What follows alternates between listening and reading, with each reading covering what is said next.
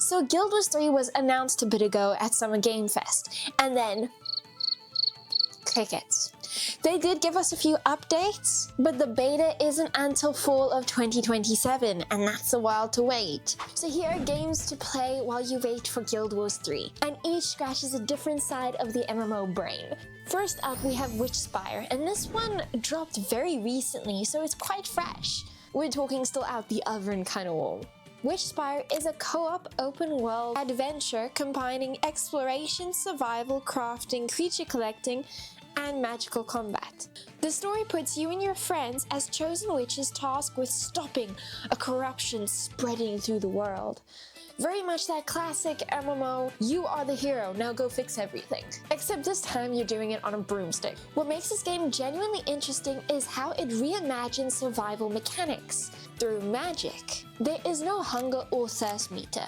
Instead, you call forth forests when you need timber, spirit jump to reach higher areas, blink away from attacks, and send out magical pickaxes to harvest resources from a distance. The tedium is gone and the fantasy stays. For MMO players who have always found survival mechanics to be a bit tedious, this version of a game is designed for you. Combat uses wands, swords, and magic spells bound to your mouse buttons. Early access reviews note it's fairly simple right now, but it's satisfying, and the build variety through your coven choices gives it an identity. Speaking of which, you pick a coven at the start, which immediately gives you a unique outfit and set of abilities. That is character creation and faction system in one decision. For housing, you build your sanctuary using astral projection.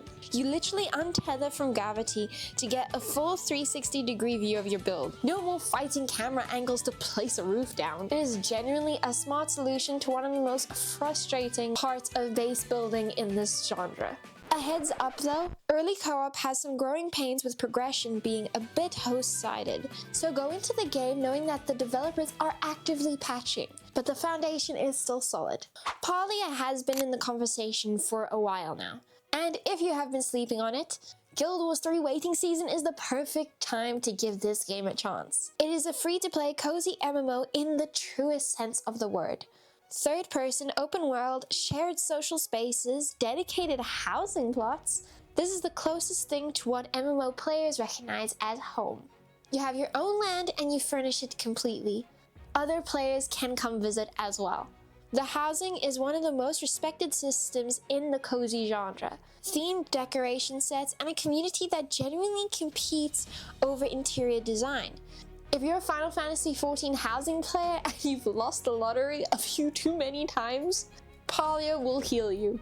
There is no combat in Palia. Okay, and hear me out on this one. Sometimes the most MMO thing you can do is log in for an hour to fish. Cook something, wander around someone else's property, and just exist in the world with other people. Palia is built exactly for that. The social layer feels alive. There are actual NPCs with storylines that you can build relationships with. And there are community and seasonal events to keep things fresh. Character creation is pretty good in this game. Meaningful customization at the start and plenty of cosmetics to earn and unlock over time. This is for the person who cares more about their house than they do their gear. Okay, I did literally just make a full video on Aniimo and the link will be in the description below. You can watch that for a deep dive, but this is why it belongs here. You explore an open world called Ideal, catching magical creatures and physically merging with them through the twinning mechanic, fighting, exploring, and solving puzzles through the actual animal's perspective. That is a very unique creature companion experience in MMOs. You don't just have a pet following you around, you actually become them. There's an MMO style hub where you roam and trade creatures with other players, co-op exploration with friends, and PvP and PvE Diamond Egg Heist mode for when you want a little chaos in your cozy. Aniimo evolved through Rookie, Gamma, and Nova stages, and your team should synergize across roles, melee, DPS, support. Character creation details are still being revealed ahead of launch, but personal expression through outfits and accessories is clearly a priority.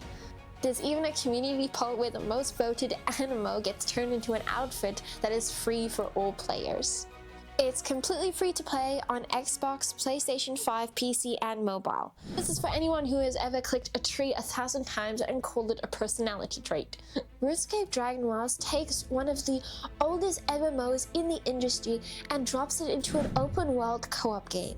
It has 1 to 4 players on Ashenfall, a forgotten continent of Galanor, where dragons have just woken up and wild magic is tearing the land apart. It's not an MMORPG in the traditional sense, but it borrows everything that made RuneScape addictive and rebuilds it in a survival game. The skill system is the hook for MMO players specifically. Woodcutting, mining, crafting, rune crafting, and farming are all here, leveling the exact way that you remember. Except now every skill point actually makes you stronger for the survival loop. Building your base, gearing up, and slowly working toward a fight with a literal dragon. The magic system leans into the same identity. You can summon a spectral axe to fell a tree instantly, conjure a tornado of fish out of the lake, or blink from danger in a puff of magic. Survival through sorcery, basically. And the whole thing is built around group play. Drop-in co-op means your squad doesn't need to log on the same time to make progress together. How cool is that? And the entire soundtrack is re-orchestrated classical RuneScape music layered on new soundtracks, which, if you played this game as a kid, will give you such emotional nostalgia. It's currently in early access on Steam, and it's been one of the biggest early access survival launches in years. Over 1 million copies were sold. Full 1.0 launches on September 15th of 2026. It is launching across basically all platforms, so your friends that said they're done with PC gaming have no excuses. Okay, last one, and I have to be upfront, I am a bit biased. I love Enshrouded, because sometimes waiting on Guild Wars 3 is a little less about relaxing and more of I want to hit something in a beautiful world. Enshrouded is a co-op open-world survival RPG. You and up to 15 friends in a massive handcrafted world fighting enemies, building elaborate bases, and exploring a landscape covered in a mysterious fog called the Shroud.